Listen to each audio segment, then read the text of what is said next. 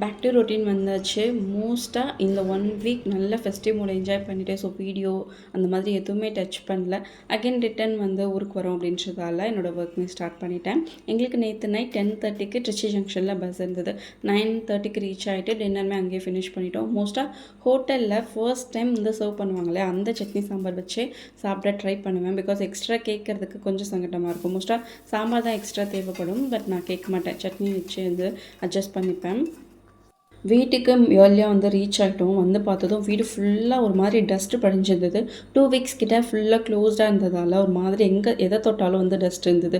So லைட்டாக kitchen மட்டும் clear பண்ணி விட்டுட்டு ரொம்ப பசியாக இருந்ததால் உப்புமா தான் ரெடி பண்ணேன். சட்னி சாம்பார் கூட ரெடி பண்ணல. உப்புமா சுகர் வச்சு சாப்பிட்டுட்டோம். திங்ஸுமே எதுவுமே இன்னும் வீட்டில் இல்லை. ஸோ லைட்டாக வந்து பிளாக் காஃபி தான் போட்டு குடிச்சிட்டு அதுக்கப்புறம் வீடு ஃபுல்லாக க்ளீன் பண்ணி விட்டுட்டு தான் அகெயின் வந்து திங்ஸ்லாம் வாங்குறது என்னென்ன தேவை அப்படின்னு சொல்லி பார்க்கணும்.